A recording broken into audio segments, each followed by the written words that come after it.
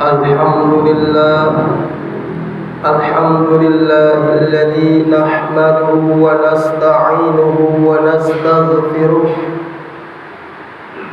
ونعوذ بالله من شرور أنفسنا ومن سيئات أعمالنا من يهده الله فلا مضل له ومن يضلل فلا هادي له أشهد أن لا إله إلا الله وحده لا شريك له وأشهد أن محمدا عبده ورسوله يا أيها الذين آمنوا اتقوا الله حق تقاته ولا تموتن إلا وأنتم مسلمون أما بعد فإن أصدق الحديث كتاب الله وخير الحديث حديث محمد صلى الله عليه وسلم وشر الأمور محدثاتها وكل محدثات بدعة وكل بدعة ضلالة وكل ضلالة في النار. Kaum muslimin sidang Jumat yang dimuliakan Allah Subhanahu wa taala. Marilah kita senantiasa bersyukur kepada Allah Subhanahu wa taala atas begitu banyak nikmat yang Allah berikan kepada kita. Nikmat iman, nikmat Islam, nikmat sehat, dan alhamdulillah Jumat siang hari ini kita masih hidup. Salawat serta salam semoga tercurahkan kepada baginda Nabi besar Muhammad sallallahu alaihi wasallam, kepada keluarganya, kepada sahabatnya, kepada semua pengikutnya yang istiqomah. Kaum muslimin sidang Jumat yang dimuliakan Allah Subhanahu wa taala. Dan juga marilah kita senantiasa tingkatkan kualitas iman dan takwa kita kepada Allah Subhanahu wa taala dengan bersungguh-sungguh menjalankan apa yang Allah perintahkan dan bersungguh-sungguh meninggalkan apa yang Allah larang. Kaum muslimin sidang Jumat yang dimuliakan Allah Subhanahu wa taala. Pada kesempatan Jumat siang hari ini, khatib akan menyampaikan sebuah hadis Nabi besar Muhammad SAW tentang surga merindukan kepada 4 golongan manusia. 4 golongan manusia dirindukan oleh surga. Al-jannatu mushtaqatun ila arba'ati nafarin talil qur'ani wa hafizil lisani wa mut'imil ji'ani wa sha'i fi syahri ramadana. Rawahu Abu Daud wa Tirmidzi. Al-jannatu mushtaqatun ila arba'ati nafarin. Surga merindukan kepada 4 golongan manusia. Al-awwal, yang pertama, talil qur'ani. Atsani, wa hafizil lisani. Atsalis, wa mut'imil ji'ani. Ar-rabi, wa fi syahri ramadana.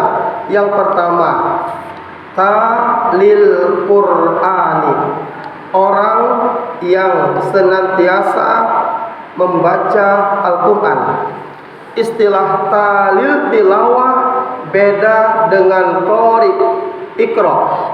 Kalau iqra sekedar membaca, kalau tilawah membaca, memahami dan mengamalkan isi Al-Quran, itu yang dirindukan surga. Bukan hanya sekedar membaca Al-Quran, tetapi membaca, memahami, mengamalkan isi Al-Quran. Ketika kita yang hadir di sini ingin menjadi manusia yang mulia, maka dekat-dekatlah, senang-senanglah berinteraksi dengan Al-Quran.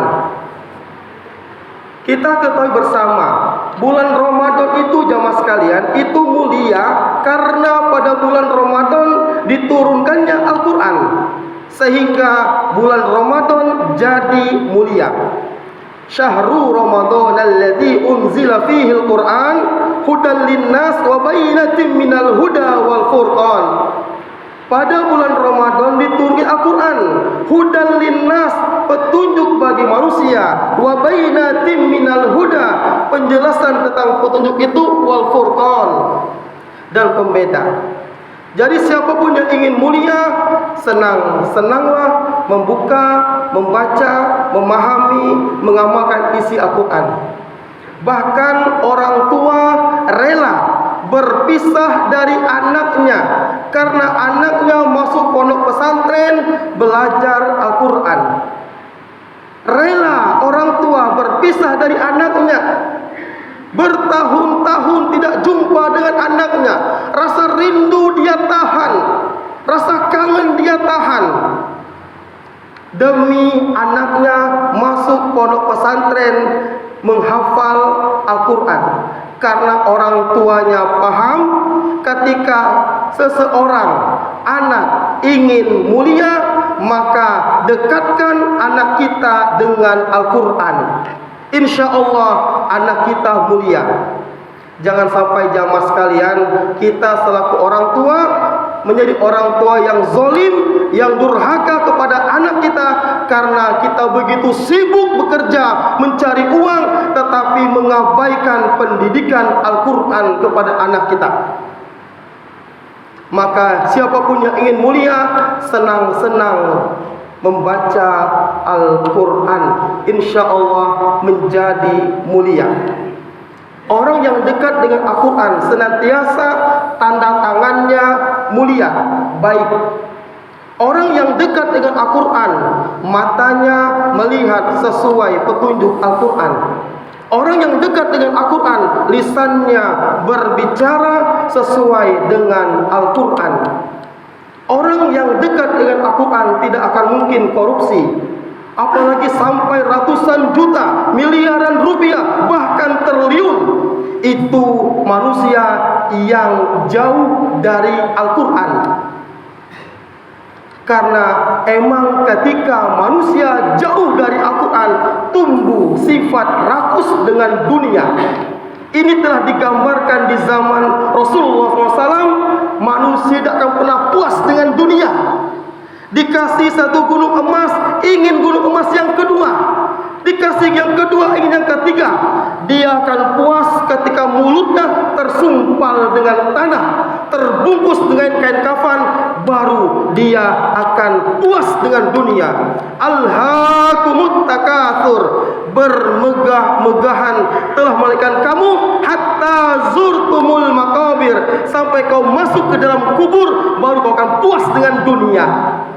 Maka jamaah sekalian, jadikan Al-Quran hudan linnas wa bayyinatin minal huda wal furqan, petunjuk dalam kehidupan kita sehari-hari.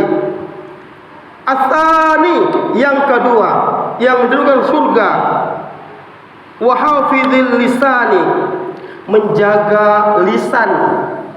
Yang banyak memasukkan manusia ke neraka itu lisan. Banyak orang sakit hati gara-gara lisan. Hati-hati masalah lisan. Sehebat apapun ibadah kita kepada Allah, solat kita, haji kita, umroh kita, ketika lisan tidak terjaga, surga bukan milikmu. Ini telah dikisahkan di zaman Rasulullah SAW. Wahai Rasulullah, si fulan ini solatnya hebat, ibadahnya hebat, tetapi lisan lisannya sering menyakiti tetangganya. La khaira fiha, tidak ada kebaikan dalam dirinya. Hiya dakhalan nar, dia tempatnya di neraka. Wahai Rasulullah, si fulan ini ibadahnya tidak sehebat yang pertama, hanya yang wajib-wajib saja, tetapi lisannya terjaga, tidak pernah menyakiti saudaranya, tetangganya. Dakhalal jannah, penghuni surga. Falyakul khairun aw liyasmut, tidak mampu berkata benar, diam. Itu akan selamat. Ketika ingin berkata perkataan yang benar. Yang ketiga, asalis wa mut'imil ji'ani, memberi makan orang yang kelaparan. Ini yang dirindukan surga. Ara'aital ladzi yukadzibu bid-din, tahukah kamu siapa yang mendustakan agama? Fadzalikal ladzi yadu'ul yatim, yang menghardik anak yatim, wala yahuddu ala ta'amil miskin, yang tidak memberi makan orang miskin. Maka yang rindukan surga, yang senantiasa berbagi, senang berbagi dengan orang yang kelaparan. Ar-Rabi, yang keempat, yang terakhir, wasu'im fi syahri Ramadan, orang senantiasa berpuasa bulan Ramadan. Semoga kita yang hadir di masjid ini senantiasa menjadi 4 golongan yang dirindukan surga, yang senantiasa dekat dengan Al-Quran, senantiasa menjadikan Al-Quran hudal linnas wa bayyinatin minal huda wal furqan. Yang kedua, senantiasa menjaga lisan, hati-hati dengan lisan. Tidak mampu berkata benar, diam. Lebih selamat ketika kita banyak diam. Yang ketiga, senantiasa memberi makan orang miskin. Yang keempat, senantiasa perbanyak berpuasa. Semoga kita senantiasa dirindukan surganya Allah Subhanahu wa taala. Barakallahu li wa lakum fil azim fastaghfiru innahu wal ghafurur rahim.